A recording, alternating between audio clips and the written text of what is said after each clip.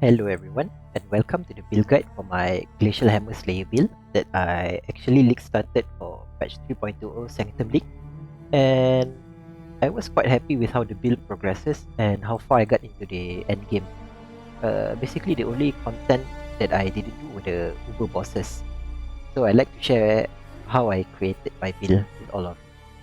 So let's start by going to explaining the build concept. First of all, let's go to Glacial Hammer just to explain a little. Okay, so Glacial Hammer actually has a lot going on for it. Some of it not very obvious, but it's actually very good. Okay, Glacial Hammer converts physical damage to full and has full damage gain against chill enemies, increased effect and duration of full element. So that's very standard, nothing out of the ordinary. But it has two additional effect that is actually quite beneficial for playing the game.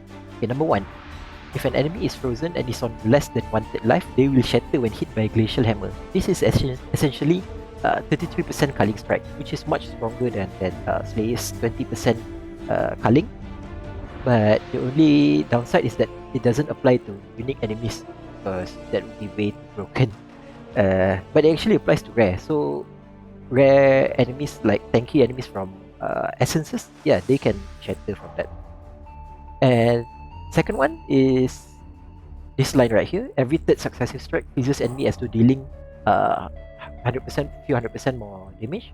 And this actually synergizes well with multi-strike. The wiki page here actually covers this. Okay, multi-strike repeats your attack 2 more times. So multi-strike actually hits 3 times, but the last repeat actually deals more damage, and this aligns with successive strike dealing more damage for freeze effect calculation. And because these two lines coincide together, the last hit of the Glacial Hammer will almost always freeze enemies. And basically, whatever the Glacial Hammer cannot freeze, most other skill probably cannot freeze enemy also, because Glacial Hammer is at the forefront of inflicting freeze ailment capability because of this interaction right here. And why I decided to play this league is because of the updated heatshiver, or where in 3.19 it changes to gain 1% of full damage per as extra fire per chill effect, and also 100% if enemy is frozen.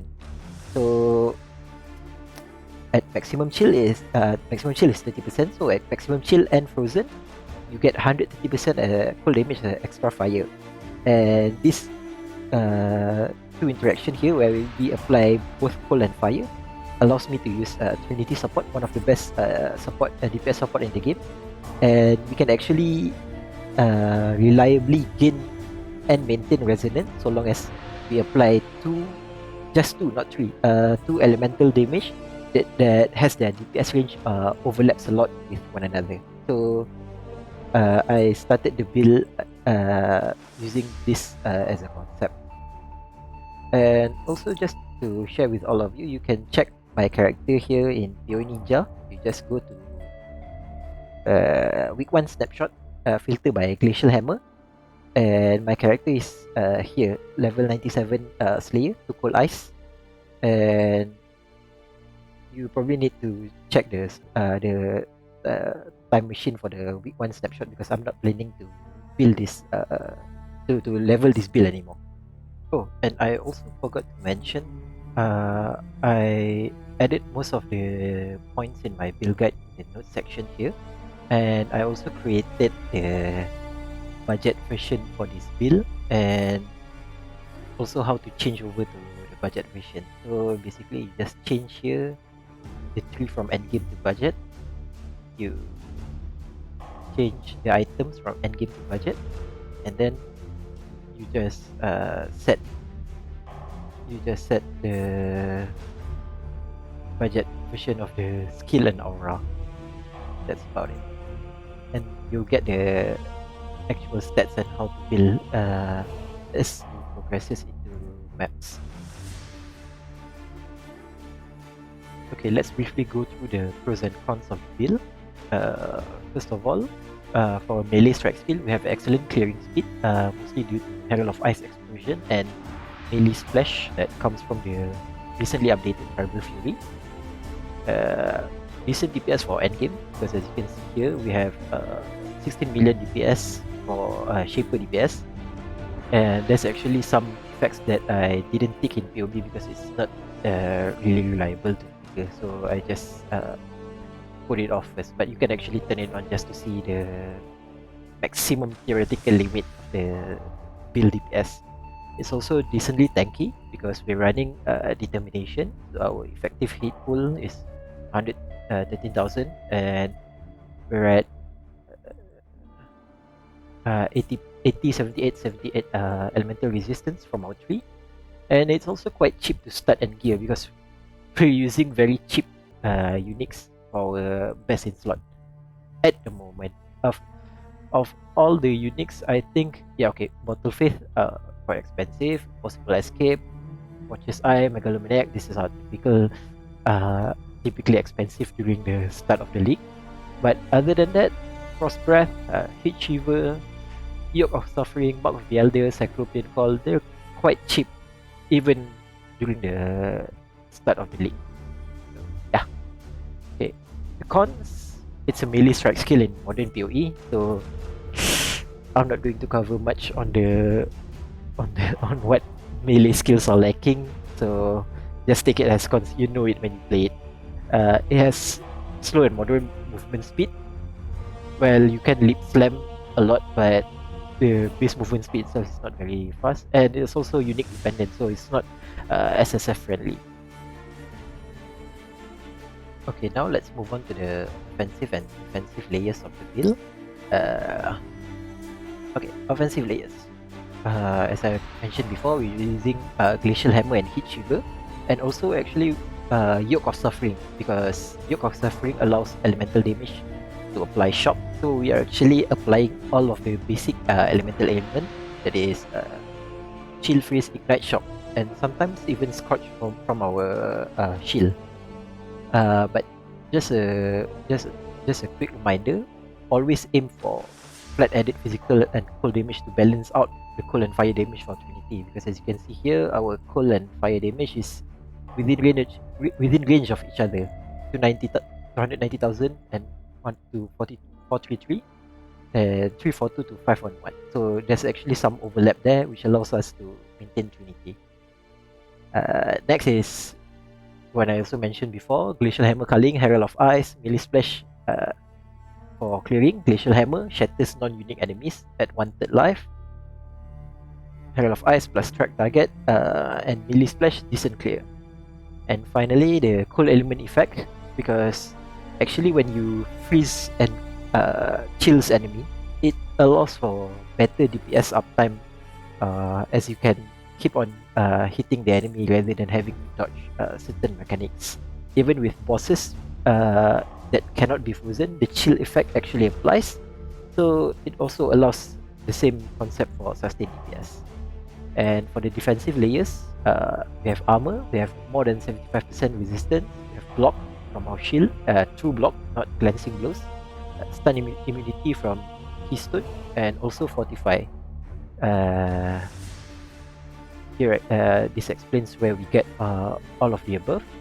And secondly, we have Overleech from Slayer Ascendancy, we have Regen, which comes from Tree and Holy Relic, and Life Recoup, which we get from Will. And thirdly is our the cold element effect. As I said just now, we actually use this thing can actually be used offensively and defensively. You should try dodging Cyrus Die Beam when you apply cold to him. It's actually very easy and makes it a cakewalk. You don't even have to leap slam out of the way. And finally, we have ailment immunity. Actually, we also have corrupted blood immunity, and what else? Okay, stun immunity. I already covered above. So that's about it for the offensive and defensive layers of the build. Okay, moving on. Next, I'll cover on the mastery and ascendancy of the build, and some bandit choices and whatnot. Okay, first of all, important mastery, accuracy for precision aura reservation, and then armor mastery, determination aura reservation, fortify mastery, where melee hits fortify. You can skip this if you're using the endgame version of the corrupted frost breath. Attack mastery +1 strike target. Critical mastery, apply increase effect of non-damaging ailments during critical. And finally, resistant mastery for corrupted blood immunity. For ascendancy, first we take impact for general quality of life. It has increased global accuracy, melee strike range, which is quite hard to get. Increased area of effect for splash and explosion, and also more damage. It's a all-rounder improvement. For the second ascendancy, we take brutal fervor for overleech. Third ascendancy, overwhelm. This changes our weapon to our frost breath with 5% critical strike chance into 8% base critical strike chance. It turns frost breath into a great critical scaling weapon.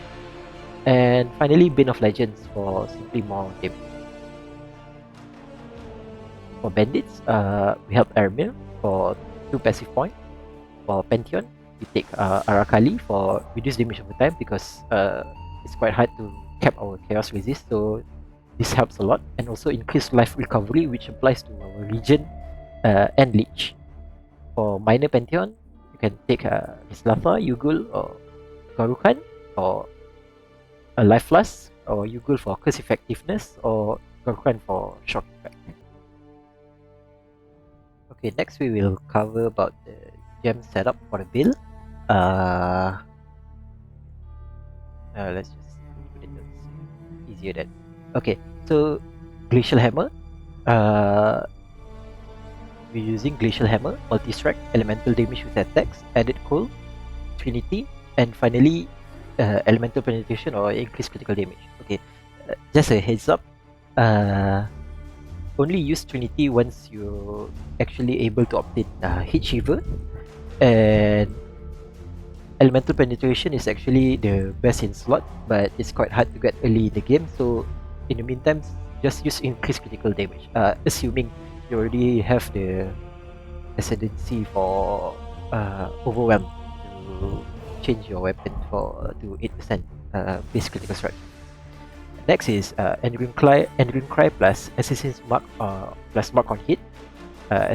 Enduring Cry, we bound it to our leftmost button once we get Call to Arm to make it instant. So we automate our Enduring Cry that way. Assassin's Mark, it applies automatically for rare and unique enemies once we link to Mark on hit. Also, make sure you have enough mana to trigger this. Next is Lip Slam and Ancestral Warchief. Sorry, this is actually Val Ancestral Warchief. Let me change it. Change it a little bit. Yeah. Okay, so Val Ancestral Warchief. Okay, Lip Slam faster attack, standard Lip Slam setup. Val Ancestral Warchief, something you press when you meet some tanky rest or cast 1 damage taken. We're linking cast 1 damage taken, Molten Shell, Blood Rage, and Divergent, Purifying Flame, and or Frost Bomb. Okay, so cast 1 damage taken and Molten Shell is a standard guard setup. For the spell Blood Rage, because we want to automate our Blood Rage, you can also actually unlink it and raise it to level 20 if you want. It's up to you. I just like to make my play smoother that way. And the final spell, before you get cold exposure from your glove, please use Frost Bomb because it allows the balancing of the cold and fire damage for heatshiver. And you can change to Divergent, Purifying Flame, or actually any other skills that you want. I just like Purifying Flame because it applies Consecrated Ground. And Divergent version of the Purifying Flame actually also, you can see here, Consecrated Ground applies 5% increased damage taken to enemies. So it also applies more DPS on top of the region of Consecrated Ground. And also you can actually change Blood Leech to Anomalous Flame Sage, because Anomalous Flame Sage allows 10% chance to apply Scorch, which is something some other method that you can also use aside from using Dawnbreaker, which only Scorch enemy when blocked. Moving on, our aura, we're using Precision, Peril of Ice, Hatred, and finally Determination. Once you get your proper preservation efficiency running for endgame, until then use Defiance Banner for more armor. And finally, our utility slot, we're using Summon Holy Relic, Anomalous Vision for, it was Minion Life. I remember. Anomalous, yeah, increase Minion Life. Culling Strike to allow for culling that we didn't take from our Ascendancy, because we didn't take Headsman. And then, where was it? Michelin Minion Life, Anomalous Vision Minion Life to allow for Minion Life regen. So you get life regen from Relic, Culling Strike, and also Minion Sustain. Just a reminder also, don't summon Holy Relic in the middle of mob packs, because the casting time, the summoning animation is quite long, so it puts you stationary in place without hitting the enemy, so it can be quite dangerous. Okay, for the final part of the build guide, I'm going to cover the gear section of the build, but I'll just cover the endgame version. But you can go through the notes, and I'll also cover how to progressively upgrade your gear for each item slot. So for the endgame version, I'll just take the setting. I'll just go through my character capture in PoE Ninja. Okay, for the endgame version, we're using our best in slot weapon is Frost Breath Ornate Mace. Find one with high rolls of DPS, and then corrupt it yourself for the implicit melee hits have chance to fortify. This one allows you to change your respec your skill tree outside of the away from the fortification wheel for extra points to spend. And then Shield Dawnbreaker, we're using this because it converts the damage taken into most damage taken into fire, which is our highest maximum resistances because of our skill tree, and also has very high chance to block, and also scorch enemies when you block, which is I can't remember. I think it increases elemental damage taken or reduces enemies elemental resistance. I can't remember the exact wording. And then heatshiver, we're using corrupted vision for the implicit socketed gems have 90% cost for our aura setup. Body armor, we're using double influence chest. You can craft it yourself, but the important mods here are the Redeemer increase effect of non-curse aura, and also the one from either Elder or Hunter influence, that is attacks have critical strike chance.